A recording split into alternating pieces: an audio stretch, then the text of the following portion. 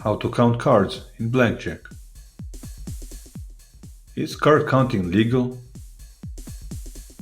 There's a misconception that card counting is illegal, but it is simply not true. Card counting is perfectly legal, but casinos don't like players who count cards. Why? Because card counting works and is the best way to win in Blackjack at land-based casinos. Why does card counting work best?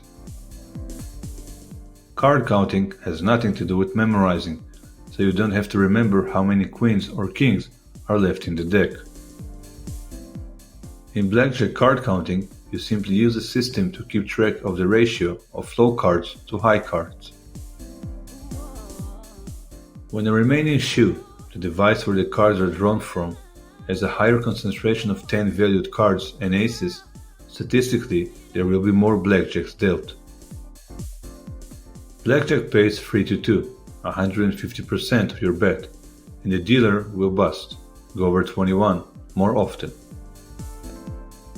On the other hand, when a higher concentration of small cards remain in the shoe, fewer blackjacks are dealt and the dealer is much less likely to bust.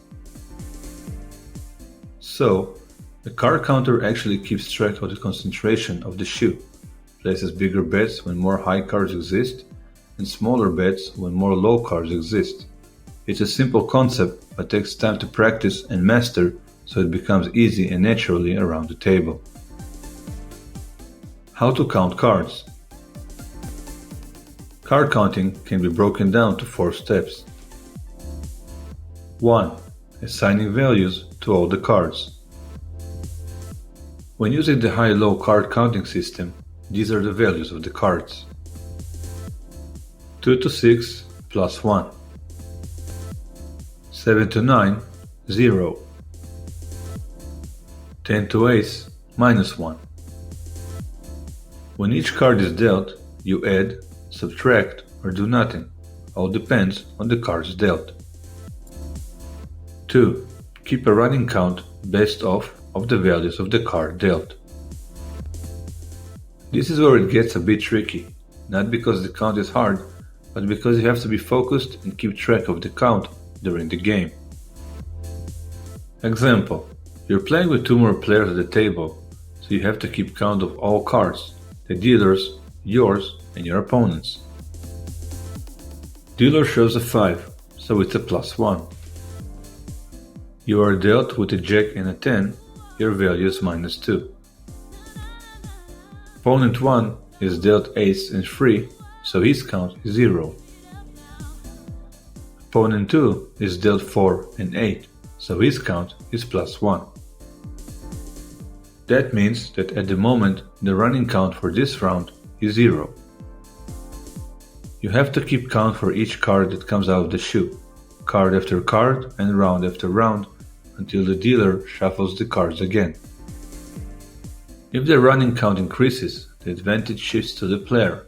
If the running count goes negative, the advantage goes to the house. 3. Calculate the count per deck or true count. Casinos are well aware of card counters, and so, in order to fail card counters, casinos begin using multiple decks. Think about it. Having a plus 5 running count with 6 decks remaining is a completely different scenario from having a plus 5 running count with only 1 deck remaining. It's not just the number of extra high cards that matters to a card counter, it's the concentration of high cards compared to the concentration of low cards. You have to know the true count, which is your running count divided by decks remaining. So, if the running count is 10 and there are 5 decks remaining, the true count is 2. If the running count is minus 7 and there are 2 decks remaining, the true count is minus 3.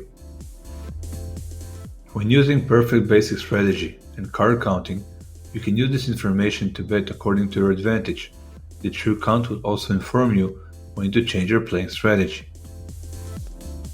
In the standard 6-deck blackjack game, each true count will move the house edge 0.5% toward the player's advantage.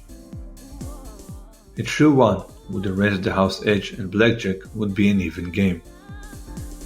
A true 2 puts the player's advantage up to about half of 1%, and the house age becomes the player's age. A true 3 would make a player advantage of about 1%, and so on. 4. Change your bets according to the count.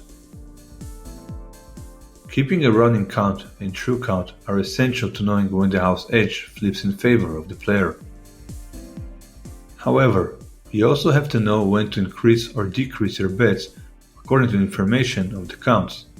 You should raise your bets as the true count rises and decrease the bets as the true count falls.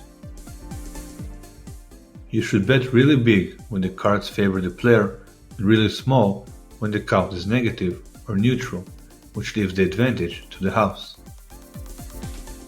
Bankroll management and proper betting strategy along with the count knowledge are the true way to beat the game and win a lot of money. Don't be alarmed, as with practice, you can also master this strategy and become a winning and profitable player. Visit our site CasinoGlow.com or click on the link in the description below the video to claim amazing bonuses, no deposit bonuses, free cash, and much more.